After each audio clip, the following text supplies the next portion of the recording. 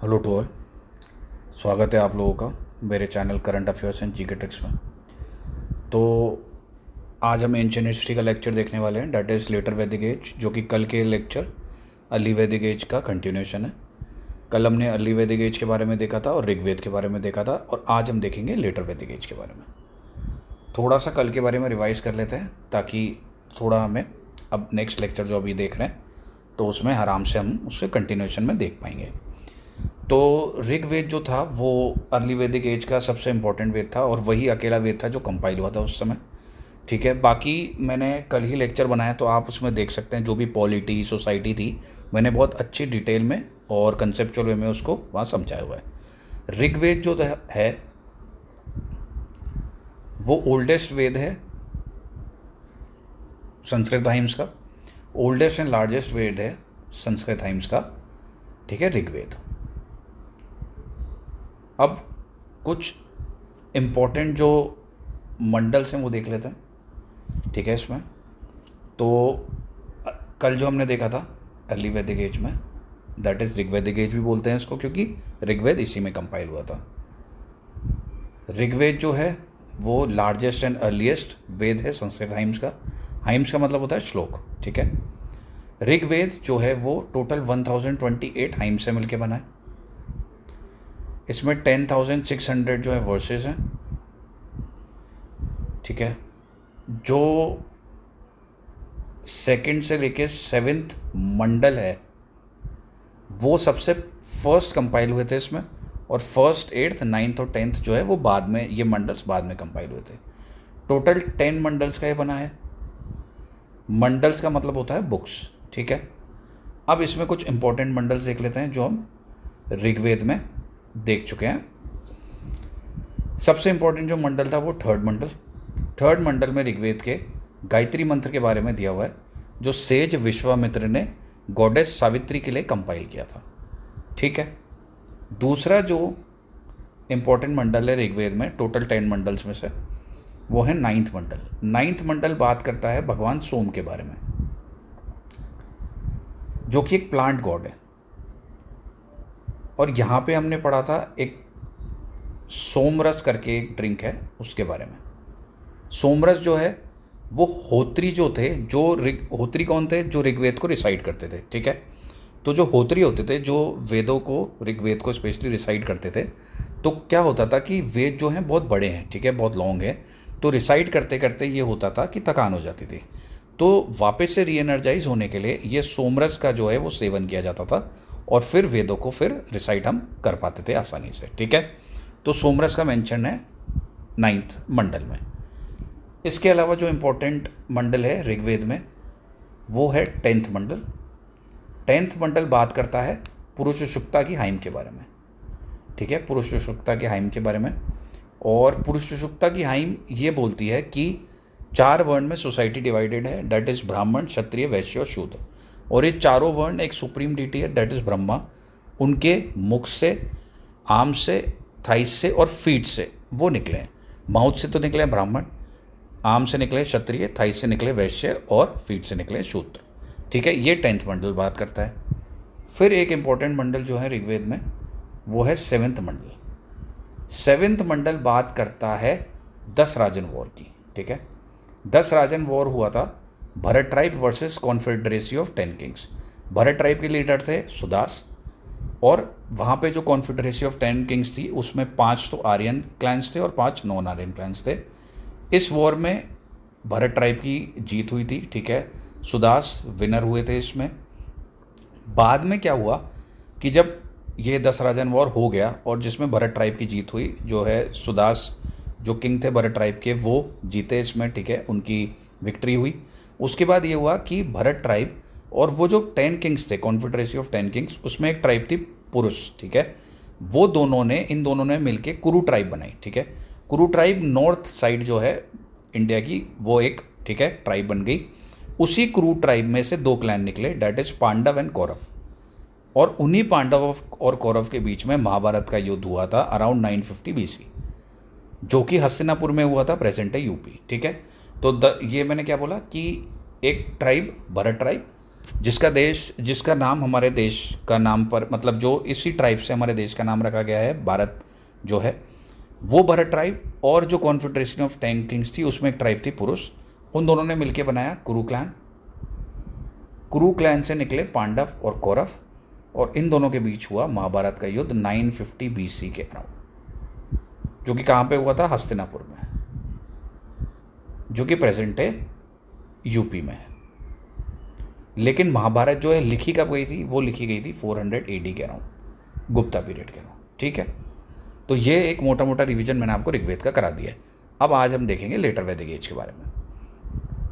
जिससे पहले हम लेटर वैदिक एज के बारे में देखें, तो उससे पहले मैं आपको दो इंपॉर्टेंट चीज़ें और बता देता हूँ यहाँ पे। वो दो इंपॉर्टेंट चीज़ें ये है कि वेदांग होते हैं, ठीक है, वेदांग, वेदांत नहीं, वेदांत तो उपनिषद है। मैंने आपको क्या बताया था कि हर एक वेद के 4 सब डिवीजन है, दैट इज संहिता, अरण्यक, ब्राह्मण और वेदांत। ठीक है, लेकिन वेदांग, वेदांग क्या है? ये टूल्स टू अंडरस्टैंड वेदास है, टूल्स टू अंडरस्टैंड वेदास। मतलब आपको वेदांग पढ़ने पड़ेंगे पहले, फिर आपको वेद आसानी से समझ आएंगे, क्योंकि वेद हार्ड हैं। ठीक है, उनके जो श्लोक हैं संस्कृत में लिखे हुए वो हार्ड हैं, तो आसानी से ऐसे पढ़े नहीं जा सकते। तो पहले आपको वेदांग समझने होंगे, फिर आप वेदों को आसानी से पढ़ सकते हैं। तो वेदांग जो हैं टोटल 6 हैं। ठीक है, ये कौन कौन से हैं देख लेते हैं। ये हैं कल्प, छंद, शिक्षा, व्याकरण, निरुक्ता और ज्योतिष। ठीक है, ये टोटल 6 वेदांग हैं। कल्प का मतलब होता है स्टडी ऑफ प्रैक्टिसेस। ठीक है, कल्प का मतलब होता है स्टडी ऑफ प्रैक्टिसेस। छंद का मतलब होता है स्टडी ऑफ पोएम्स। ठीक है, शिक्षा का मतलब होता है स्टडी ऑफ फिनोटिक्स। व्याकरण का मतलब होता है स्टडी ऑफ ग्रामर। ठीक है, संस्कृत ग्रामर के बारे में।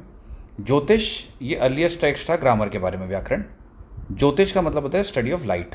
ठीक है, और निरुक्त का मतलब होता है स्टडी ऑफ एटोमोलॉजी। एटोमोलॉजी का मतलब होता है study of words.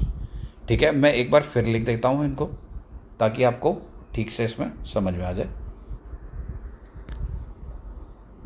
Vedang, first है छंद, सेकंड है शिक्षा, थर्ड है व्याकरण, फोर्थ है निरुक्ता, फिफ्थ है ज्योतिष,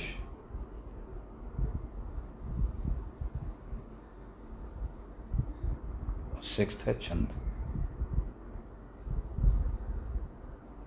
कल्प, सिक्स्थ है कल्प। ठीक है, कल्प का मतलब होता है स्टडी ऑफ प्रैक्टिसेस। ठीक है, स्टडी ऑफ प्रैक्टिसेस। छंद का मतलब होता है स्टडी ऑफ पोएम्स। शिक्षा का मतलब होता है स्टडी ऑफ फिनोटिक्स। व्याकरण का मतलब होता है स्टडी ऑफ ग्रामर। निरुक्ता का मतलब होता है स्टडी ऑफ एटिमोलॉजी, मतलब वर्ड्स की स्टडी। और ज्योतिष का मतलब होता है स्टडी ऑफ लाइट। ठीक है, इन्हें आप एक बार और ध्यान से देख लेना, क्योंकि क्वेश्चन इसमें से बनता है। अब इन्हीं वेदांग को आप पढ़ोगे, अगर 6 टूल्स हैं ये, तो आपको वेद जो हैं वो आसान होगा समझने में। ठीक है, वेदांग के अलावा कुछ ऑर्थोडॉक्स स्कूल ऑफ थॉट्स हैं। अब ये ऑर्थोडॉक्स स्कूल ऑफ थॉट्स क्या है? ऑर्थोडॉक्स स्कूल ऑफ थॉट्स वो थॉट्स हैं जो सब वेदों में बिलीव करते हैं। ये सारे थॉट्स वेदों में बिलीव करते हैं। ठीक है, बट इनका वेदों को समझने का या फिर मोक्ष तक जाने का जो रास्ता है वो अलग है। ठीक है, मंजिल सबकी सेम है वेदास, लेकिन रास्ता सबका अलग है। अब ये भी 6 है। ठीक है, ऑर्थोडॉक्स स्कूल ऑफ थॉट्स, वो मैं आपको बता देता हूँ। ठीक है, पहला है संख्या। ये कौन क्या है और किसने इनको कंपाइल किया था वो भी हम देख लेंगे। फिर है उत्तर मीमांसा, ठीक है, उत्तर मीमांसा, योग, पूर्व मीमांसा,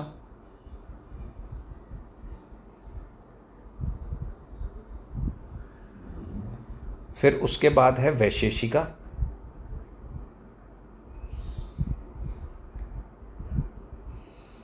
ठीक है, और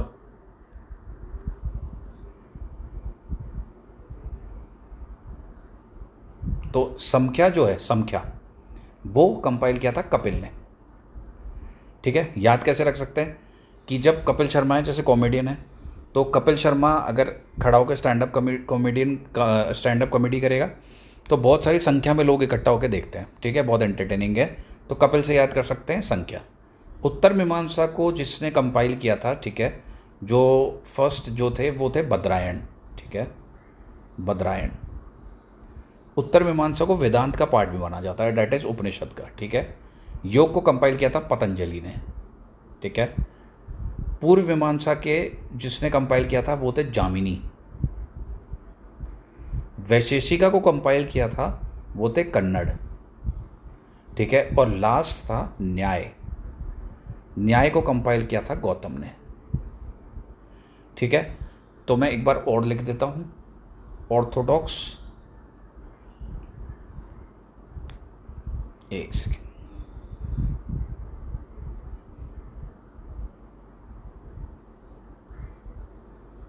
ऑर्थोडॉक्स स्कूल ऑफ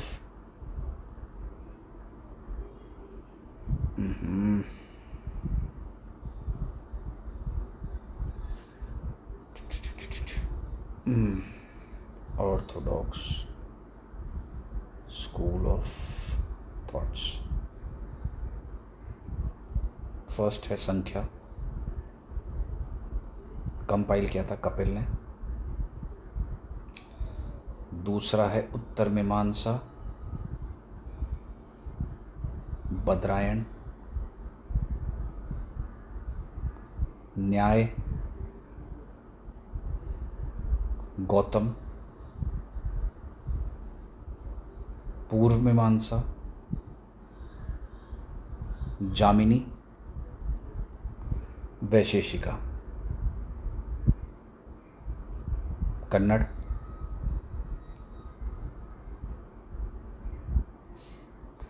और लास्ट में योग, जिसे कंपाइल किया था पतंजलि ने, ठीक है।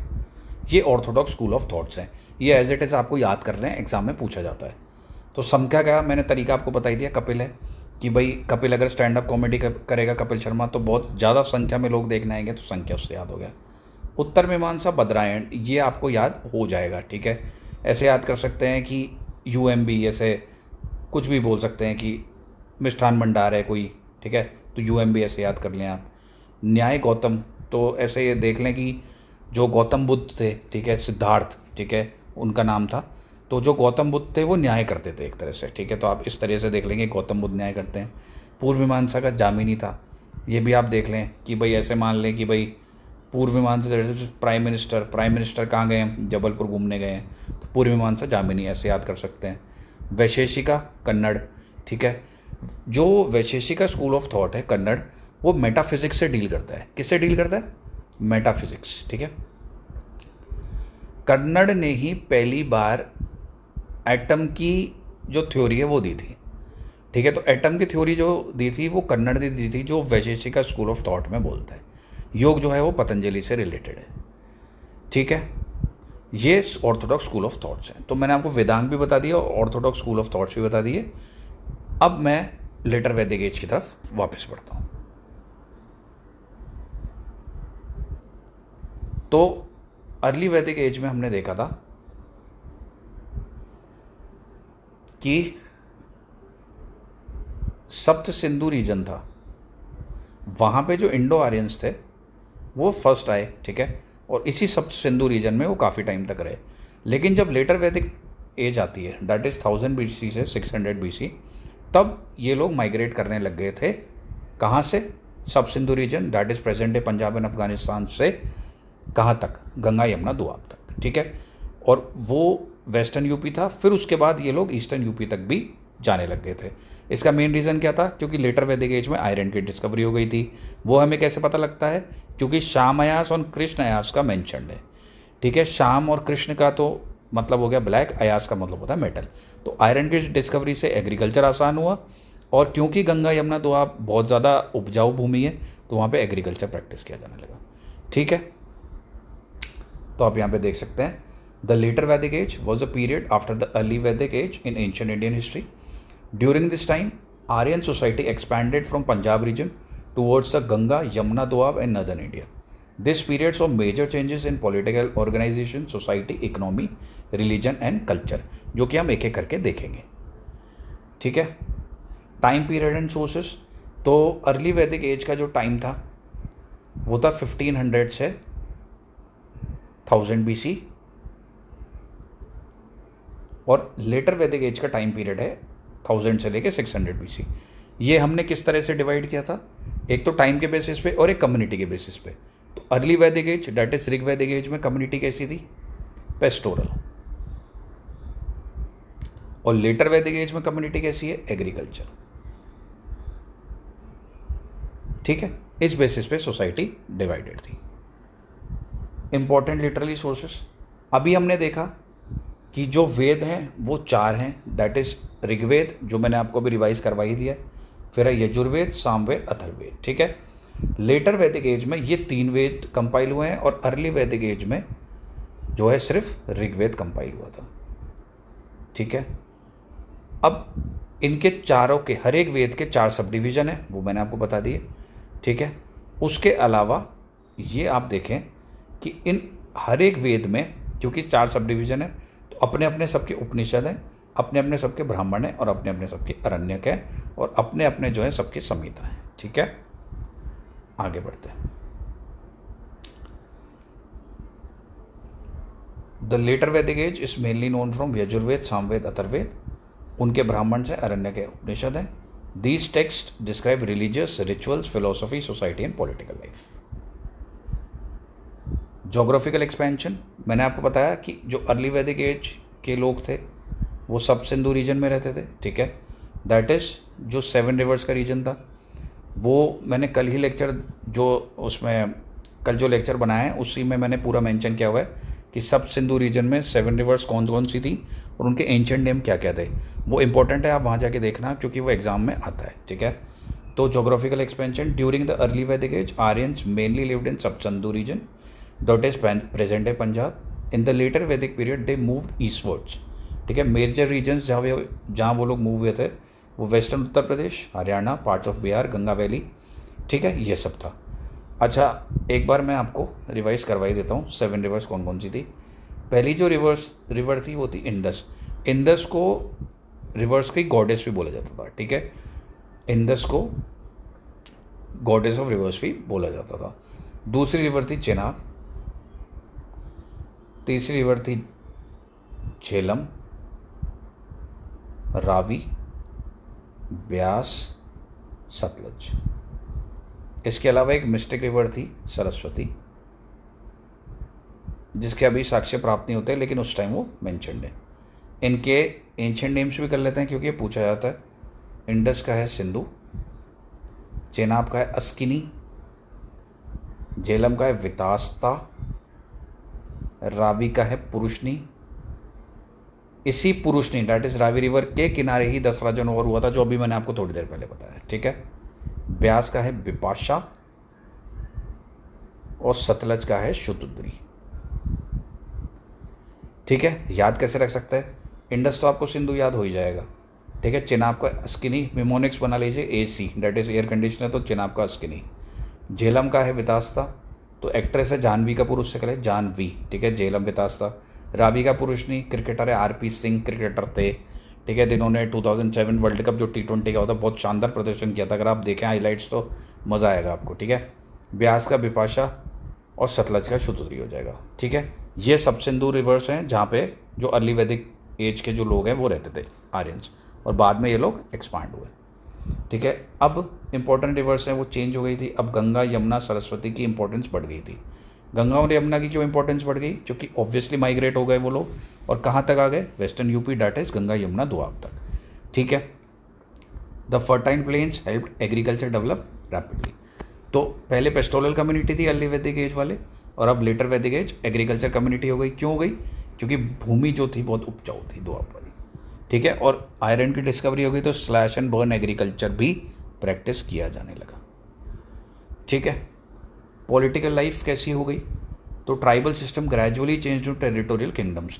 अर्ली वैदिक एज में मैंने आपको बताया था, ठीक है, पहले कुल होता था, फिर ग्राम होता था, फिर विस होता था, ठीक है, फिर जन होता था, और फिर होता था राष्ट्र। और राष्ट्र का जो हेड होता था वो होता था राजन। ठीक है। ट्राइब का हेड होता था। पहले टेरिटरी ऐसा कुछ कंसेप्ट नहीं था अर्ली वैदिक एज तक, बट अब सोसाइटी चेंज होने लग गई, और अब टेरिटोरियल किंगडम्स में वो धीरे धीरे ग्रेजुअली चेंज होने लग गई। टेरिटोरियल किंगडम्स बने जनपद। ठीक है। टेरिटोरियल किंगडम्स जो थे वो बने जनपद, दैट इज लेटर वैदिक एज में। जनपद का क्या मतलब हुआ? पद का मतलब होता है पैर, फीट, जहाँ पे, और जन का मतलब होता है लोग, तो जहाँ पे लोगों के पैर पड़े वो जनपद हो गया, और यही जनपद फिर कन्वर्ट हुए महाजनपद में।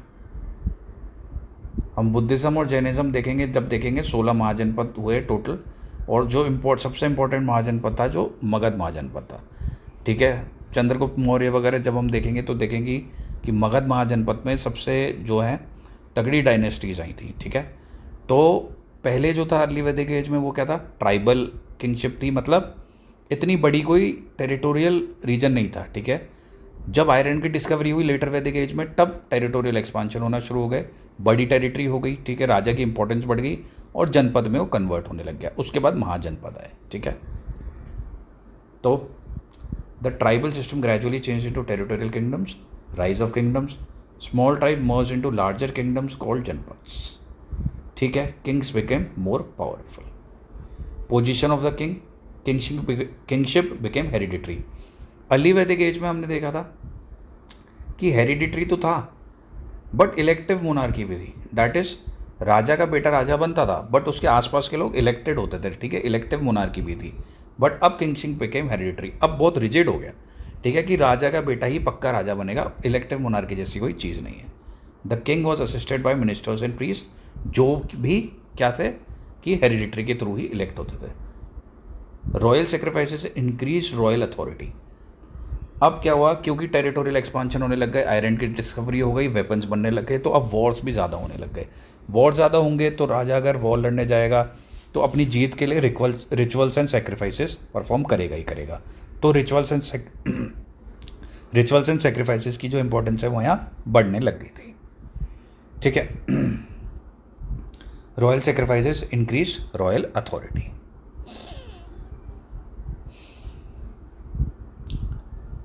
हमने अर्ली वैदिक एज में कुछ असेंबलीज देखी थी। ठीक है। सभा थी, समिति थी। सभा थी अर्ली वैदिक एज में, वो क्या थी? Assembly of few privilege. ठीक है। Assembly of privileged people. समिति थी नॉर्मल पीपल की असेंबली। ठीक है। इनकी इंपॉर्टेंस कम होने लग गई थी। अर्ली वैदिक एज में इनका होल्ड बहुत था, क्योंकि सभा जो थी वो लर्नेड ब्राह्मण्स की, डैट इज इंपॉर्टेंट लोगों की असेंबली होती थी, तो उसका होल्ड होता था राजा पे और मिनिस्टर्स पे। बट अब इनकी जो है वो इंपॉर्टेंस कम होने लग गई और राजा का होल्ड ज़्यादा होने लग गया। ठीक है। Earlier assemblies lost importance, that is सभा समिति। एक मैंने आपको असेंबली बताई थी अर्ली वैदिक एज में, वो थी विदट। विदट क्या थी? Religious assembly. ठीक है। विदट यहाँ पे डिसअपियर हो गई, बिल्कुल ही इसको समाप्त कर दिया गया, और अब सिर्फ सभा और समिति रह गई। एक और इम्पॉर्टेंट चीज़ कि वुमेन का जो सभा में पार्टिसिपेशन था वो बहुत कम होने लग गया था। वुमेन की कंडीशन जो है लेटर वैदिक एज में डिटोरिएट होने लग गई थी। हमने देखा था अर्ली वैदिक एज में वुमेन का पार्टिसिपेशन था और वुमेन की कंडीशन वहाँ पे अच्छी थी। सभा में भी वुमेन पार्टिसिपेट कर सकती थी, जो कि एक लर्नेड ब्राह्मण, दैट इज इंपॉर्टेंट लोगों की असेंबली थी। ठीक है। The king gain more control over administration. Sacrifices यहाँ पे ज़्यादा बढ़ गए। तो क्या क्या इंपॉर्टेंट सेक्रीफाइसेस थे कि kings perform rituals to show power. मैंने आपको बताया किंग वॉर में जाएगा तो सेक्रीफाइसेस और रिचुअल्स परफॉर्म कराता था ब्राह्मण से। ठीक है। ताकि वॉर में जीत प्राप्त कर सके। ऐसे ही कुछ यज्ञ के थ्रू वो चीज़ें करता था, ठीक है। कुछ सेक्रीफाइसेस देख लेते हैं। एक था राजसूय, रॉयल कॉन्सिक्रेशन। राजसूय का मतलब होता है जब किंग का कोरोनेशन होता है, ताजपोशी, डैट इज राज्याभिषेक होता है जब राजा का, तब ये परफॉर्म किया जाता था राजसूय। दूसरा था अश्वमेध, हॉट सेक्रीफाइस। अश्वमेध के बारे में मैं आपको बता चुका हूँ, ठीक है, पिछले लेक्चर में आप देख सकते हैं। उसमें बताया था कि कैसे जो राजा का जो प्रिय घोड़ा होता था, ठीक है, फेवरेट हॉर्स, उसे खुला छोड़ दिया जाता था, और जहाँ तक वो ट्रैवल करता था, ठीक है, बिना रुके, या तो उस घोड़े को कोई रोक देता था तो उसे फिर राजा से वॉर करना पड़ता था, ठीक है। नहीं तो अगर घोड़ा जहाँ तक जाता था, जहाँ तक, तो वहाँ तक किंग की टेरिटरी मानते थे, और वापस जब वो आता था तो उसकी बलि चढ़ा दी जाती थी। ये होता था अश्वमेध यज्ञ, मैंने आपको ये बता दिया था। फिर तीसरा होता था Vajapeya, ritual for strength and prosperity. Vajapeya king जब परफॉर्म करता था जब वो वॉर में जाने वाला होता था, ठीक है, जब वो वॉर में जाने वाला होता था तब परफॉर्म करता था। ये 3 इंपॉर्टेंट सेक्रीफाइसेस थे।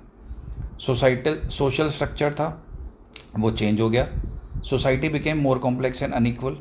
जो वर्ण सिस्टम जो हमने पुरुषोत्ता में पढ़ा था, दैट इज ब्राह्मण, क्षत्रिय, वैश्य और शूद्र, ये अब रिजिड हो गया, ठीक है। अर्ली वैदिक एज में हमने देखा था कि ये प्रोफेशन के बेस पे था, दैट इज ऐसा भी होता था कि अगर ब्राह्मण का बेटा क्षत्रिय बनना चाहता है वो क्षत्रिय बन जाता था प्रोफेशन के बेसिस पे, लेकिन अब ये हेरिडिटरी हो गया। कास्टिज्म ज़्यादा प्रेवलेंट हो गई, ठीक है, रिजिड हो गया। मतलब अब ब्राह्मण का बेटा ही ब्राह्मण बनेगा, क्षत्रिय का बेटा ही क्षत्रिय बनेगा, शूद्र का बेटा शूद्र बनेगा, वैश्य का बेटा वैश्य बनेगा। और इसमें इंपॉर्टेंट चीज़ कि इनके जो रोल्स थे वो बहुत डिफाइंड हो गए, कि ब्राह्मण्स ही प्रीस्ट और टीचर्स बनेंगे, क्षत्रिय सिर्फ रूलर्स एंड वॉरियर्स बनेंगे, वैश्य सिर्फ फार्मर्स होंगे, ट्रेडर्स होंगे, और शूद्र सर्वेंट्स एंड लेबरर्स होंगे, ठीक है। रिजिड चीज़ हो गई, जो कि अर्ली वैदिक एज से उलट हो गया है। पोजीशन ऑफ वुमेन, ठीक है, पोजीशन ऑफ वुमेन डिटेरिएट होने लगी थी। The status of women decline compare too early वैदिक पीरियड। अर्ली वैदिक पीरियड में मैंने आपको 3 फीमेल ऋषियों के बारे में बताया था जिन्होंने मंत्र रिसाइट भी किए थे, और एग्जाम पॉइंट ऑफ व्यू से भी इंपॉर्टेंट है, उनके नाम क्वेश्चन आ चुका है। पहली ऋषि थी विश्ववरा, ठीक है, दूसरी थी उपाला, और जो तीसरी ऋषि थी वो थी घोष, ठीक है। ये अर्ली वैदिक एज से रिलेटेड है, ठीक है। अब वुमेन की जो है कंडीशन डिटोरेट होने लगी थी। कैसे? Women had fewer educational opportunities, participation in assemblies decrease. मैंने आपको भी बताया कि जो सभा, प्रिविलेज्ड लोगों की असेंबली होती थी, उसमें पार्टिसिपेशन कम हो गया था वुमेन का। Child marriage slowly appeared. Early वैदिक एज में चाइल्ड मैरिज नहीं थी, ठीक है, लेकिन अब चाइल्ड मैरिज धीरे धीरे आने लग गई। अर्ली वैदिक एज में एक विवाह के बारे में मैंने आपको बताया था, उस विवाह का नाम था नियोग marriage.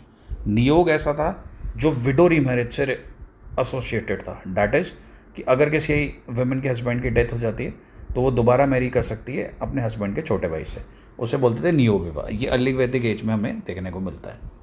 Property rights became limited, ठीक है, वुमेन को प्रॉपर्टी राइट्स बहुत ज़्यादा लिमिट कर दिए गए। फिर भी कुछ वुमेन थी जिन्होंने पढ़ाई लिखाई करी और एक ऊंची रैंक हासिल करी, और वो थी, एक थी गार्गी वचकनवी, ठीक है, ये इंपॉर्टेंट नाम है, और दूसरी थी मैत्री। ये दोनों नाम इंपॉर्टेंट है, ये देख लेना। ये लेटर वैदिक एज में जो फीमेल ऋषि हुई उनके नाम है, ठीक है। These two were respected scholars.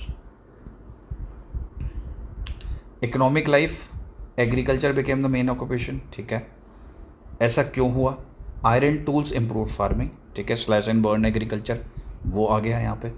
Forest were cleared for cultivation. मैंने आपको बताया स्लैश एंड बर्न वही होता है कि एक फॉरेस्ट पार्ट को, एक जो फॉरेस्ट का एरिया है, सारे पेड़ों को काट दिया जाता है, उन्हें जला दिया जाता है, फिर जो उनकी ऐश बचती है उसको यूज़ करके खेती की जाती है, और जब वो मिट्टी जो है वो उपजाऊ नहीं रहती तो वहाँ से शिफ्ट होकर दूसरी जगह जाया जाता है, ठीक है। इसे प्रेजेंट डे ज्योग्राफी में हम लोग देखेंगे वेरियस नाम से जाना जाता है। वैसे इसका जो नाम होता है वो शिफ्टिंग कल्टीवेशन होता है, ठीक है, शिफ्टिंग कल्टीवेशन। मेन जो क्रॉप्स थे वो कौन कौन से थे? राइस था, वीट थी, बार्ले था।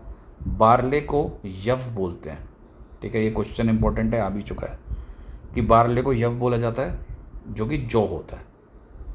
राइस को बोलते हैं व्रीही, ठीक है। वीट भी ये लोग उगाने लग गए थे, एक इंपॉर्टेंट क्रॉप था एग्रीकल्चर में। यूज़ ऑफ आयरन, ठीक है, मैंने आपको बताया कि ये अर्ली वैदिक एज में नहीं था, आयरन की जो डिस्कवरी हुई थी वो लेटर वैदिक एज में हुई थी। कैसे पता चलता है? आयरन वॉज श्यामयास या फिर कृष्णयास।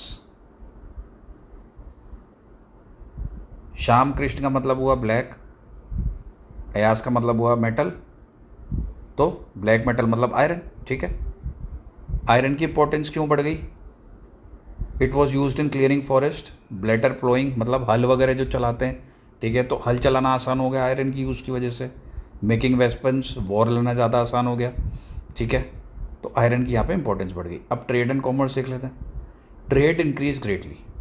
पहले अर्ली वैदिक एज में हमने देखा था बार्टर सिस्टम हुआ करता था, कॉइनेज सिस्टम था ही नहीं, बट लेटर वैदिक एज में कॉइनेज सिस्टम आता है और ट्रेड एंड कॉमर्स बढ़ता है। ठीक है, use of coins like Nishka began. ठीक है, ये यहाँ पे इंपॉर्टेंट है, ये देखना आप।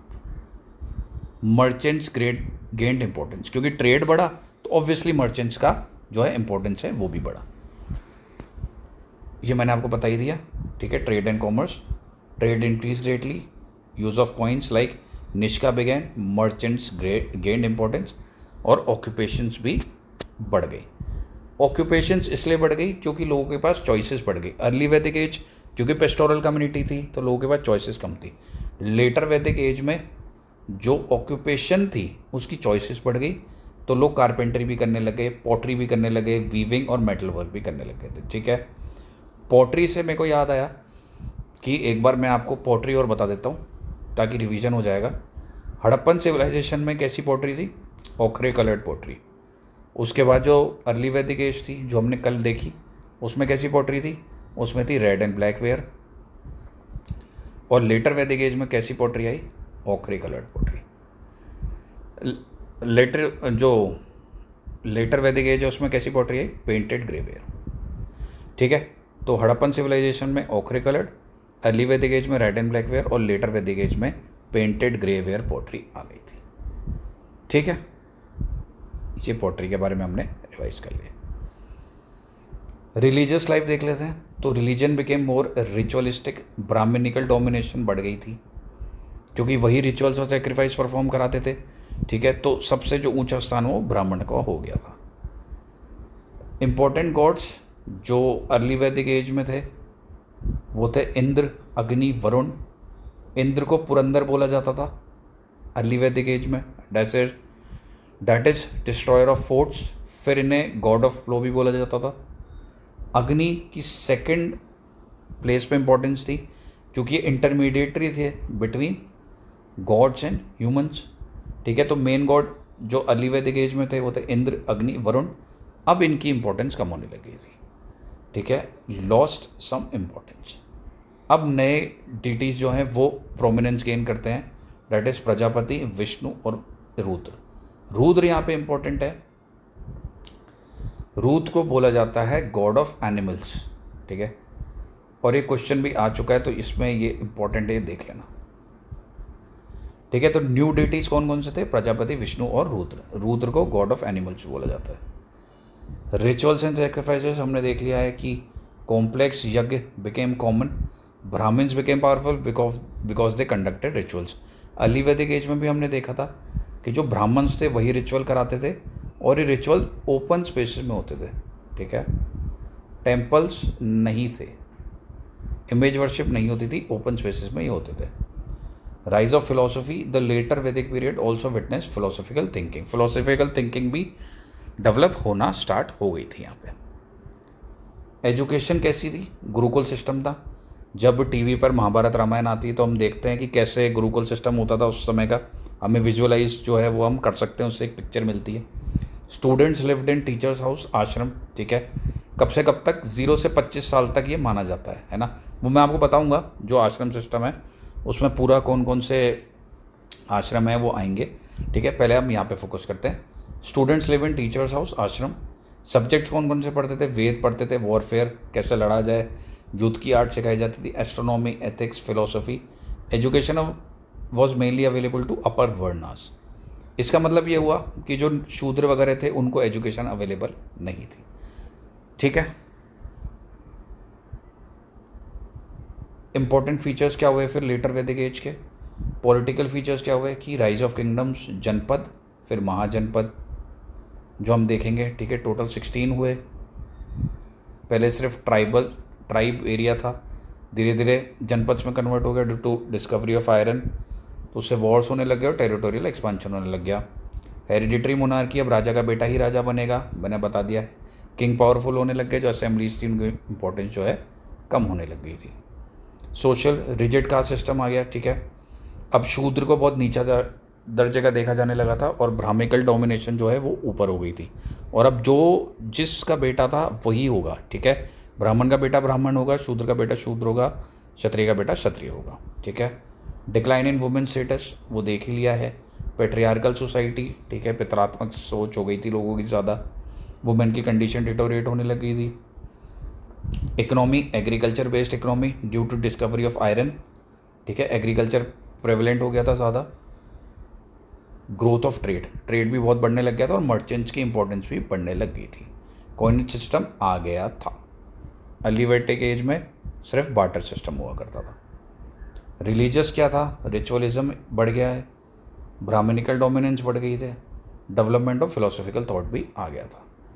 अब ये तो था लेटर वैदिक एज का, जितना पॉलिटी का, सोसाइटी का क्या क्या था। अब हमने देखा कि अर्ली वैदिक एज में एक वेद कंपाइल हुआ, ऋग्वेद। लेटर वैदिक एज में 3 वेद कंपाइल हुए, दैट इज सामवेद, यजुर्वेद और अथर्ववेद। अब हम इन तीनों को एक बार देख लेते हैं अच्छे से, ठीक है। ये इंपॉर्टेंट है, आप लोग देखना, इससे क्वेश्चंस बनते हैं। और जो मैं पढ़ा रहा हूँ ना यहाँ पे वहाँ जो मैं जितना भी पढ़ा रहा हूँ, इससे बाहर एसएससी में नहीं आएगा, ठीक है। एसएससी, रेलवे या जो भी समकालीन परीक्षाएं हैं, जो भी एग्ज़ाम है इस लेवल के, उनमें जो भी मैं यहाँ पे पढ़ा रहा हूँ उससे बाहर नहीं आएगा। तो यहाँ पे ध्यान से आप लोग देख लेना, ठीक है। सबसे पहले बात करते हैं सामवेद की, ठीक है। Samaveda, the Samaveda is one of the 4 Veda of ancient India. बाकी के वेद कौन कौन से, ऋग्वेद, यजुर्वेद, सामवेद और Atharvaveda. Samaveda, it is known as the Veda of melodies and chants, ठीक है। सामवेद को बोला जाता है ओल्डेस्ट बुक ऑन म्यूजिक, ठीक है। The word Sama means melody और म्यूजिकल हाइम, ठीक है। The word Sama means melody और musical hymn. The Samaveda is mainly a collection of hymns that was sung during religious rituals and yagnas by priest called Udgatri. Rigveda में जो recite करते थे उनको बोलते थे होत्री, सामवेद में जो रिसाइट करते थे उनको बोलते थे उद्गात्री, ठीक है। उनको क्या बोलते थे, उद्गात्री। ये इंपॉर्टेंट है, आप देख लेना। अब रिलीजियस रिचुअल्स या यज्ञ होते थे तो क्या होता था कि जो संस्कृत के श्लोक होते थे वो इतने ज़्यादा हार्ड होते थे या उतने लॉन्ग होते थे कि उनको रिसाइट करने में प्रॉब्लम होती थी। तो सामवेद में इनको क्योंकि म्यूज़िक का रूप दे दिया गया, ठीक है, पोएम के रूप में इनको रिसाइट किया जाने लगा, तो ये आसान होने लग गया था, ठीक है। कौन इनको रिसाइट करते थे, उनको बोलते थे Udgatri. Because of its musical nature the Samaveda is considered the foundation of Indian classical music. तो ऐसा बोला जाता है कि सामवेद से ही इंडियन क्लासिकल म्यूजिक का जन्म हुआ था। कनेक्शन विद यज्ञ, ठीक है। Samaveda was use during yajna, sacrifices, religious ceremonies. The priest who sang Samaveda hymns were called Udgatri, अभी मैंने बताया। अब हर एक वेद से रिलेटेड कुछ इंपॉर्टेंट उपनिषद है और एसएससी के क्वेश्चन इनसे पूछता है। तो सामवेद से रिलेटेड इंपॉर्टेंट उपनिषद कौन से, 2 major Upanishads are associated with Samaveda. पहले है छंदोग्य, ठीक है। छंदोग्य उपनिषद क्या बोलता है, छंदोग्य उपनिषद ये बोलता है कि पहले तो one of the oldest and most important Upanishads. Main teachings क्या है इसमें, इंपॉर्टेंस ऑफ मेडिटेशन, मेडिटेशन के बारे में बताया है छंदोग्य उपनिषद में। कंसेप्ट ऑफ ब्राह्मण, ठीक है, अल्टीमेट रियलिटी, कि वही जो हैं रिचुअल्स और सेक्रीफाइसेस परफॉर्म कराएंगे। Unity of soul and universe, ठीक है, यूनिवर्स मतलब परमात्मा का अंश ही आत्मा है, unity of soul and universe दोनों एक ही हैं। मॉरल एंड स्पिरिचुअल नॉलेज, ठीक है, ये छंदोग्य उपनिषद बताता है। दूसरा जो मेन उपनिषद है यहाँ पे वो है केन, ठीक है, Kena. The word Kena means by whom. Main question, जो इस उपनिषद में है, by whom does the mind think, by whom do I see and ears hear. ठीक है, उपनिषद क्या एक्सप्लेन करता है यहाँ पे? ब्राह्मण is the ultimate power behind all actions and senses, जो कि हम छंदोग्य में भी देखते हैं कि ब्राह्मण की इंपॉर्टेंस बताई हुई है। मेन टीचिंग्स क्या है केन उपनिषद की? Nature of Brahman, importance of self realisation, spiritual wisdom और रिचुअलिज्म। ठीक है, तो छंदोग्य तो बताता है कि यूनिटी है यूनिवर्स और सोल में, और यहाँ ये बताता है कि स्पिरिचुअल विजडम ज़्यादा बड़ा है रिचुअलिज्म से। ठीक है, स्पिरिचुअलिटी ज़्यादा इम्पोर्टेंट है। ब्राह्मण का नेचर क्या है? इंपॉर्टेंस ऑफ सेल्फ रियलाइजेशन क्या है। ठीक है, अब याद कैसे कर सकते हैं कि भाई सामवेद में 2 उपनिषद है, छंदोग्य, केन। तो केन आप जानते हैं कि केन आप जानते हैं कि WWE रेसलर है। ठीक है, केन जो है वो एक WWE रेसलर है ना, अंडरटेकर का भाई। तो उससे याद कर सकते हैं कि भाई जब चांद उग जाता है ना, रात हो जाती है, तभी उसकी फाइट होती है। तो केन पूछ रहा है कि चांद हो गया। भाई केन क्या पूछा है? केन जो अंडरटेकर का भाई है, WWE रेसलर है, वो पूछ रहा है चांद हो गया? चांद हो गया तो मैं फाइट में जाऊँ, अब मैं रेसलिंग करूँ। तो इससे आप याद कर सकते हैं कि छंदोग्य और केन ये 2 इंपॉर्टेंट उपनिषद हैं किसके? सामवेद के। अब जो सेकंड उपनिषद है, हाँ, एक इससे पहले हम ब्राह्मण्स भी देख लेते हैं। ठीक है, क्योंकि ये अब पूछा जाने लगा है कि कौन सा ब्राह्मण जो है किस वेद में है। तो मेन ब्राह्मण जो हैं सामवेद के वो कौन कौन से हैं? तो पहला है पंचविंश ब्राह्मण। ठीक है, कौन से हैं? पंचविंश ब्राह्मण। ठीक है, पंचविंश ब्राह्मण, इनको तांड्य महाब्राह्मण भी बोलते हैं। तो पंचविंश ब्राह्मण को तांड्य महाब्राह्मण भी बोला जाता है। दूसरे इंपॉर्टेंट ब्राह्मण हैं यहाँ पे जो सामवेद में है, वो है सदा विंश ब्राह्मण। ठीक है, जमीनिया ब्राह्मण, छंदोग्य ब्राह्मण और समावेदन ब्राह्मण। ये देख लेना, ब्राह्मण इंपॉर्टेंट है। हो सकता है क्वेश्चन बने, क्योंकि एसएससी जो नया इक्विडिटी जो है वो पूछने लगा है क्वेश्चन। तो कौन कौन से ब्राह्मण हो गए? ठीक है, पंच विंश ब्राह्मण, दूसरा तांडे, जिनको तांडे बोलते हैं, तांडे ब्राह्मण। ठीक है, सदा विंश ब्राह्मण, जमीनिया ब्राह्मण, छंदोग्य ब्राह्मण और समावेदन ब्राह्मण। ठीक है, अब समावेदन ब्राह्मण नाम देखिए आसान है याद करने के लिए। ठीक है, तो जैसे गाने वाने में भी बोलते हैं कि आजा मुझ में समा जा, इस टाइप से, और सब कुछ यूनिवर्स में समाया हुआ है। तो समावेदन ब्राह्मण तो आप कर सकते हैं, समावेदन। ठीक है, दूसरा छंदोग्य, क्योंकि उपनिषद भी है एक और ब्राह्मण भी है, तो आपको याद हो जाएगा। तीसरा जमीनिया, मैंने आपको ऑर्थोडॉक्स स्कूल ऑफ थॉट्स बताए थे, तब मैंने बताया था कि भाई जो जामिनी है वो पूर्व मीमांसा के फाउंडर है, तो जामिनिया यहाँ से याद कर सकते हैं। और एक है सदाविंश ब्राह्मण। ठीक है, सदाविंश ब्राह्मण आप देख लेना। और ये तो इंपॉर्टेंस क्या है इनकी?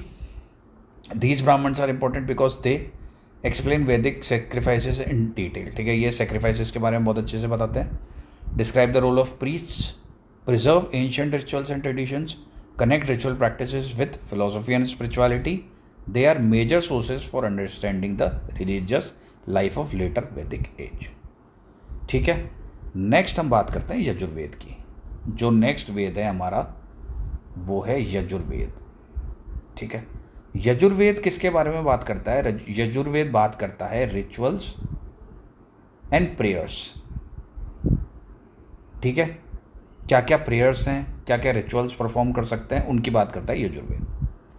ठीक है, तो the Yajurveda is one of the 4 Vedas of ancient India. The word Yajus means sacrifice, मैंने अभी बताया सेक्रीफाइस की बात करता है, वर्शिप, प्रेयर्स। ठीक है, और रिचुअल फॉर्मूला। तो जो यजुर्वेद है वो किसकी बात करेगा? सेक्रीफाइस की, वर्शिप की और रिचुअल फॉर्मूलाज की, डैट इज प्रेयर्स की। Therefore the Yajurveda is also known as the Veda of sacrifice, say sacrificial rituals. ठीक है, अब the priest associated with Yajurveda was called Adhvaryu. ठीक है, अभी देखा जो ऋग्वेद रिसाइट करता था वो होत्री, जो सामवेद करते थे रिसाइट वो उद्गात्री। ठीक है, और जो यजुर्वेद को रिसाइट करते थे उनको बोलते थे अदवर्यु। क्या बोलते थे? अदवर्यु। ठीक है, इसको आप ऐसे याद कर सकते हैं कि वरुण से, तो मतलब अभी हमने देखा कि एक डिटी थे वरुण, है ना, जिन्हें गॉड ऑफ वाटर भी बोलते हैं। तो वो जो वरुण है उसका वर ले सकते हैं, यूज हो सकते हैं, और ऐसे बोल सकते हैं कि आधा वरुण, तो ये क्या हो गया? अदवर्यु। तो जो यजुर्वेद रिसाइट करेंगे वो कौन होंगे? Adhvaryu. The priest associated with Yajurveda, Adhvaryu. ठीक है, he perform the practical aspects of sacrifices. The Yajurveda explains how ritual should be perform. तो होत्री, उद्गात्री और अध्वर्यु, ठीक है, ये तीनों जो हैं वो नाम इनके हैं जो ये रिसाइट करेंगे। यजुर्वेद जो है वो 2 सेक्शंस में डिवाइडेड है। एक तो होता है शुक्ल यजुर्वेद, जिसका मतलब होता है वाइट। ठीक है, the Yajurveda is divided into 2 main branches, Shukla Yajurveda, white Yajurveda. इनको एक और नाम से जाना जाता है, ऑल्सो कॉल्ड एज वज्रसेनीय संहिता। ठीक है, वज्रसेनीय संहिता। शुक्ल यजुर्वेद दैट इज वाइट, इसकी हम लोग वो देख लेते हैं कि फीचर्स इसके क्या क्या हैं। शुक्ल यजुर्वेद में मंत्र और एक्सप्लेनेशन आर सेपरेटेड क्लियरली। ठीक है, मंत्र और एक्सप्लेनेशन जो है उनकी वो अलग अलग दी हुई हैं। More systematic and organised. ठीक है, इंपॉर्टेंट स्कूल, इसको मद यंदिना भी बोलते हैं, मद यंदिना भी बोलते हैं, और इसको कन्वा भी बोला जाता है। ठीक है, तो ये शुक्ल यजुर्वेद के बारे में है। दूसरा है कृष्ण यजुर्वेद, जिसे हम ब्लैक यजुर्वेद भी बोलते हैं। ठीक है, फीचर्स इसके क्या है कि mantras and explanation are mix together, older and less organised. तो इसका बेटर वर्जन था शुक्ल। इंपॉर्टेंट स्कूल्स जो इसमें हैं कृष्ण यजुर्वेद में, दैट इज ब्लैक यजुर्वेद में, वो है तैत्तिरीय, मैत्रियानी, कट और कपिस्थला। ठीक है, ये तैत्तिरीय एक इंपॉर्टेंट ब्राह्मण भी है इसमें, है ना, ये भी आप लोग याद रखना। अब मेन फीचर्स देख लेते हैं यजुर्वेद के। वेद है रिचुअल्स का, it gives detailed instruction for yajna, sacrifices, religious ceremonies. इसकी पॉलिटिकल इंपॉर्टेंस क्या है कि important royal rituals are describe such as Rajasuya. ये जो हमने देखा था, जो राजा का राज्याभिषेक होगा और वो सब, वो यजुर्वेद में ही दिया हुआ है। अश्वमेध भी यजुर्वेद में दिया हुआ है। वाजपेयी जो वॉर से पहले वो राजा करता था, वो भी यजुर्वेद में दिया हुआ है। और ये मानते थे कि these rituals strengthened kingship during the later वैदिक एज। ये सब यजुर्वेद का पार्ट है, इंपॉर्टेंट है। जो अभी हमने देखा, राजसूया, अश्वमेध, वाजपेय। राजसूया क्या था? राजा का राज्याभिषेक। अश्वमेध क्या था? जो मैंने आपको बताया, घोड़े की बलि। वाजपेय जो वॉर से पहले होता था, वो सब यजुर्वेद का ही पार्ट है। इंपॉर्टेंट ब्राह्मण यजुर्वेद के क्या हैं? शतपथ ब्राह्मण। ये क्वेश्चन अभी हाल ही में आया है कि शतपथ ब्राह्मण कहाँ दिया हुआ है, तो यजुर्वेद में दिया हुआ है। ठीक है, शतपथ ब्राह्मण मोस्ट फेमस ब्राह्मण ऑफ यजुर्वेद। जो शतपथ ब्राह्मण है वो शुक्ल यजुर्वेद का पार्ट है, शुक्ल यजुर्वेद में एसोसिएटेड है। ये रिचुअल्स को बताता है ग्रेट डिटेल में। तैत्तिरीय ब्राह्मण, देखिए मैंने अभी आपको बोला तैत्तिरीय ब्राह्मण इसमें इंपॉर्टेंट है, ये आ गया, ये भी क्वेश्चन आया है। जो तैत्तिरीय ब्राह्मण है ये आदि शंकराचार्य से रिलेटेड है, जो उपनिषद में मानते थे। ठीक है, तैत्तिरीय ब्राह्मण जो है वो कनेक्टेड विद कृष्ण यजुर्वेद। ठीक है, डिस्कसेस सैक्रिफाइसेस एंड सेरेमनीज। तो अब कौन सा ब्राह्मण हुआ यजुर्वेद में? शतपथ और तैत्तिरीय। शतपथ जो पार्ट है वो किसका है? शुक्ल यजुर्वेद का। और तैत्तिरीय किसका है? कृष्ण यजुर्वेद। ठीक है, इंपॉर्टेंट उपनिषद देख लेते हैं यजुर्वेद के। पहला इंपॉर्टेंट उपनिषद है बृहदरण्यक उपनिषद। बृहदरण्यक उपनिषद जो है वो one of the largest and oldest Upanishad है, इंपॉर्टेंट है ये। मेन टीचिंग्स क्या है इसकी? नेचर ऑफ ब्राह्मण के बारे में बताया हुआ है, आत्मा, सोल के बारे में बताया हुआ है, कर्म और रीबर्थ के बारे में बताया हुआ है। ठीक है, सेल्फ रियलाइजेशन के बारे में बताया है। फेमस प्रेयर है इसमें, असातो माँ सद्गमया। ठीक है, असातो माँ सद्गमया का क्या मतलब हुआ? मतलब हुआ, इसका जो मीनिंग है पोएम का वो क्या है? Lead me from falsehood to truth, darkness to light, death to immortality. It contains dialogues involving scholars. अच्छा, तो ये भी आप देखना है इसमें कि जो बृहदरण्यक का उपनिषद है इसमें डायलॉग्स दिए हुए हैं स्कॉलर्स के बीच में, जो कि हैं यजनवल्क्य और गार्गी वचकनवी। गार्गी वचकनवी मैंने आपको बताया था अभी, ये एक फीमेल स्कॉलर होती थी और इन्होंने यजनवल्क्य से बहस करी थी। ठीक है, जिसमें गार्गी की विजय हुई थी। तो ये भी इसमें दिया हुआ है। ये जो पोयम है असातो माँ सदगमया, ये इम्पोर्टेंट है, देख लेना इसको एक बार, एग्ज़ाम में क्वेश्चन आया था। मीनिंग भी एक बार पढ़ लेना, ठीक है। डार्कनेस से लाइट बहुत आसान है, डेड टू इमोर्टैलिटी तक, फॉल्स टू ट्रूथ तक, ठीक है। तो ये यहाँ पे जो है वो हम देख सकते हैं। फिर जो नेक्स्ट उपनिषद इंपॉर्टेंट है वो कौन सा है, वो है तैत्तिरीय उपनिषद। तैत्तिरीय उपनिषद ये कृष्ण यजुर्वेद से रिलेटेड है, ठीक है। मेन टीचिंग्स जो है इसकी तैत्तिरीय उपनिषद की, वो क्या बताती हैं, 5 शीट्स, पंचकोश ह्यूमन एग्जिस्टेंस के, importance of truth and discipline बताता है, नेचर ऑफ ब्राह्मण बताता है। इसकी फेमस टीचिंग क्या है, सत्यम वद धर्म चरा, speak the truth and follow righteousness, ठीक है। एक इसमें इंपॉर्टेंट उपनिषद है, वो है कठ उपनिषद। ये क्वेश्चन आ चुका है कई बार। कठ उपनिषद जो है ये डायलॉग बताता है नचिकेता और यम के बारे में। नचिकेता एक यंग बच्चा है, ठीक है, एक एक टीनेजर है, ठीक है। उसके और यम के बारे में डायलॉग बताया गया है। नचिकेता कुछ क्वेश्चंस पूछता है यम के, और यम जो है उसके आंसर देते हैं। क्वेश्चन जो है वो नेचर ऑफ सोल, कि भाई आत्मा क्या है वो पूछा था, डेथ क्या है, इमोर्टैलिटी क्या है, ये नचिकेता ने यम से पूछा था, और पाथ टू लिबरेशन मतलब मोक्ष कैसे प्राप्त किया जाता है, ये सब चीज़ें जो है नचिकेता ने यम से पूछी थी। ये क्वेश्चंस थे, तो फिलोसॉफिकल डायलॉग है कठोपनिषद में, ठीक है। अब अथर्ववेद पे जाने से पहले एक इंपॉर्टेंट उपनिषद और है जिसे हम बोलते हैं जबाला उपनिषद, ठीक है। जबाला उपनिषद है, ये भी यजुर्वेद का ही पार्ट है, ठीक है, इंपॉर्टेंट है। जबाला उपनिषद में 4 जो आश्रम है, डेट इज ब्रह्मचर्य,